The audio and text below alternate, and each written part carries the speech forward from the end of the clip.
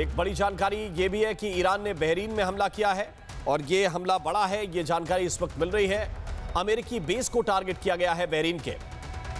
Iran का Bahrain में US fifth fleet, जो 5वीं फ्लीट का बेस है, वहां पर अटैक एक बार फिर से किया है।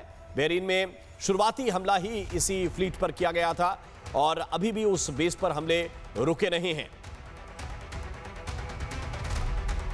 हमारे साथ दो डिफेंस एक्सपर्ट इस वक्त जुड़े हुए हैं। कर्नल शैलेंद्र सिंह इस वक्त मेरे साथ हैं और कर्नल मयंक चौबे इस वक्त मेरे साथ जुड़े हुए हैं। आप दोनों का बहुत बहुत स्वागत है। लेकिन सबसे पहले शैलेंद्र जी, मैं शुरुआत आपके साथ करना चाहता हूं, क्योंकि अभी हमने एक दिन पहले ही ये कहते हुए सुना था पजेश्कियान को कि हम माफी मांगते हैं और अपने आसपास के देशों पर अब हमला नहीं करेंगे, मुस्लिम देशों पर हमला नहीं करेंगे। लेकिन क्या हुआ सर? मैं देख रहा हूं बहरीन पर, और बहरीन के तो सबसे बड़ी ऑयल रिफाइनरी को टारगेट कर दिया है।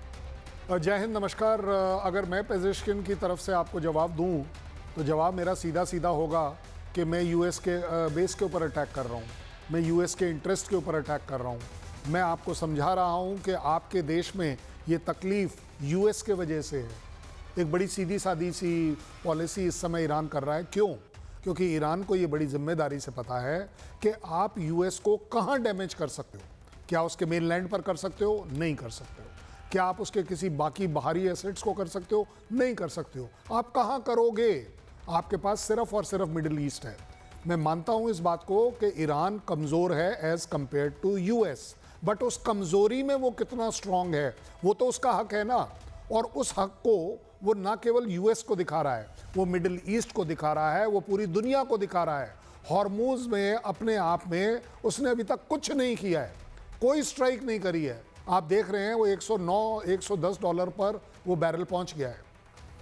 आप ईरान के पास एक्चुअली लूज करने को कुछ है ही नहीं। Iran has to only strike. और अभी हम जब बात कर रहे हैं ना कि कई जगह पर वो इंटरसेप्ट हो गया, उसका मिसाइल, उसका ड्रोन, ये और वो, जनाब सबसे बड़ी बात यह है कि वो स्ट्राइक कर रहा है। और वो स्ट्राइक करने का जो उसका जज्बा है, जो दिखाने का जज्बा है, उस पर ही उसको जिंदा रहना है। उसे मालूम है कि इस लड़ाई को या तो घुटनों पर आ जाओ और या इसको कम से कम इतना लड़ लो कि मिडिल ईस्ट तंग हो जाए, तकलीफ में आ जाए और वो यूएस को बोले कि नहीं जनाब रोकिए। ऑयल हॉर्मूज में इतना तकलीफ में आ जाए कि दुनिया यूएस को बोले कि आपकी वजह से हम इसमें फंस रहे हैं। उसके पास और कुछ है नहीं अपने आप में। अगर आप एक कन्वेंशनल वॉर की बात करें, एक मॉडर्न वॉर की बात करें, एक अल्ट्रा मॉडर्न वॉर की बात करें, कहीं पर भी वो यूएस के कंपैरिजन में नहीं आता है। बिल्कुल। लेकिन वो यूएस को ठोक रहा है। बिल्कुल ठोक रहा है। और क्या इस बात का संकेत जो कह रहे हैं शैलेंद्र जी, कर्नल चौबे, क्या इस बात का संकेत इस बात से मिल रहा है जिस तरह की ट्रंप बातें करने लगे? वो कह रहे हैं नेतन्याहू के साथ बैठेंगे, नेतन्याहू के साथ मिलकर चर्चा करेंगे कि युद्ध रोकना है कि नहीं रोकना है, रोकना है तो कब रोकना है। अगर इस लाइन को ट्रंप बोल रहे हैं और साथ साथ ये भी बोल रहे हैं कि ईरान खत्म हो गया, मतलब वो बताने की कोशिश कर रहे हैं कि हमारा मकसद पूरा हुआ, अब हम युद्ध रोकने की तरफ भी जा सकते हैं।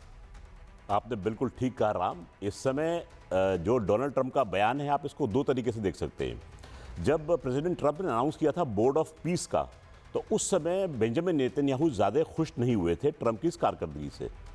और इस समय इजराइल जो है वो एक नेसेसिटी है ट्रंप साहब के लिए मिडल ईस्ट की अपनी पॉलिसी को लेकर, तो वो किसी तरीके से भी बीबी नेतन्याहू को नाराज़ नहीं कर सकते।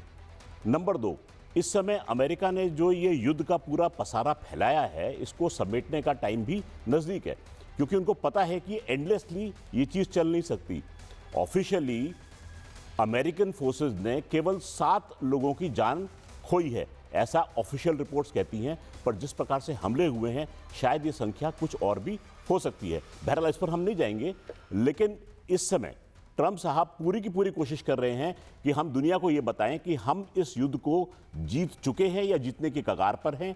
ईरान जो है वो घुटने पर आ चुका है और हमारा जो ऑब्जेक्टिव था वो मीट हो चुका है। आप ध्यान दीजिएगा, जब ये वॉर शुरू हुई थी तो ट्रंप साहब का बयान ये था कि वो वहाँ की रजीम चेंज करना चाहते हैं, वो वहाँ पर डेमोक्रेसी वापस एस्टैब्लिश करना चाहते हैं। तो क्या वो रजीम चेंज हुई, डेमोक्रेसी वापस आई? यही मेरा सवाल है शैलेंद्र जी, क्या कैसे समझाएंगे आप?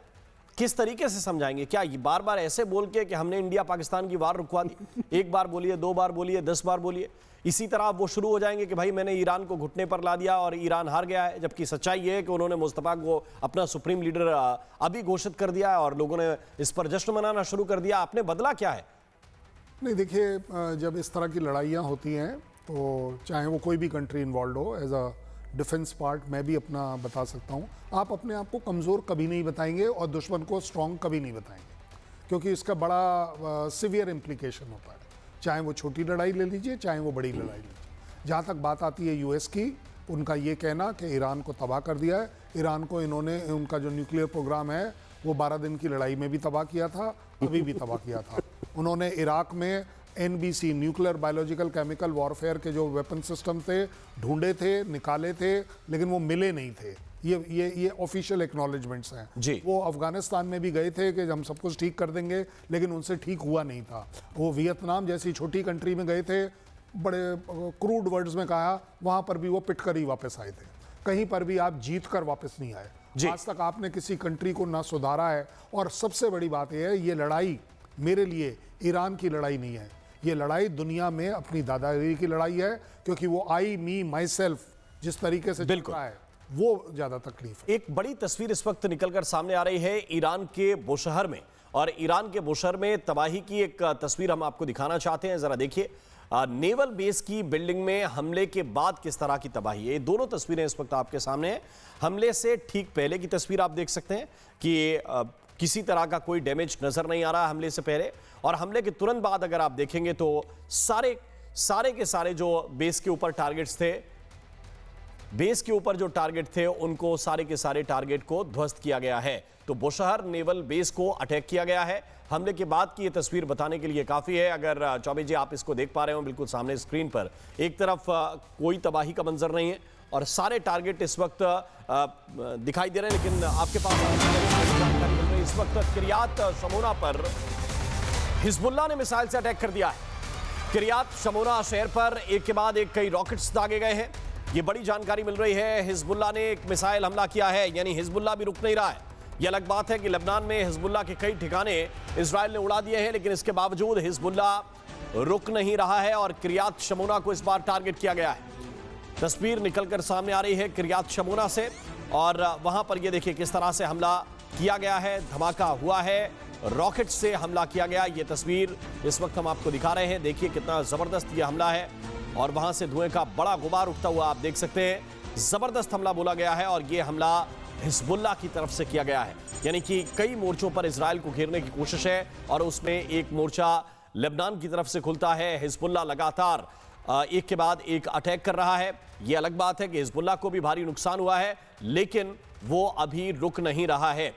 और इन सब के बीच ये भी बड़ी जानकारी है कि नुकसान भी बड़ा हुआ है। यूएस इजराइल को कितना नुकसान हुआ है, ईरान को कितना नुकसान हुआ है, ये मैं आपको विस्तार से बताता हूं। अब तक जो दावे किए गए हैं वो है तकरीबन 1701 लोगों की जान जा चुकी है, और जब तक हम आपको बता रहे हैं आंकड़ा जाहिर बात है कि बढ़ गया होगा। ईरान में सबसे ज्यादा 1332 लोगों की जान गई है, इसी तरह लेबनान में 339 लोगों की जान गई है, इराक में 2 लोगों की जान गई है, और इजराइल में भी 11 लोगों की जान गई है, कुवैत में 6 लोगों की जान गई है, बहरीन में 1, सऊदी अरब में और यूएई में 3 लोगों की जान गई है, ओमान में 1 व्यक्ति की जान गई है, और अमेरिकी सैनिकों की जो मौत बताई जा रही है, जो ऑफिशियल डेटा जारी किया गया है वो 6 का है। लेकिन ये सारे लोग जानते हैं कि नुकसान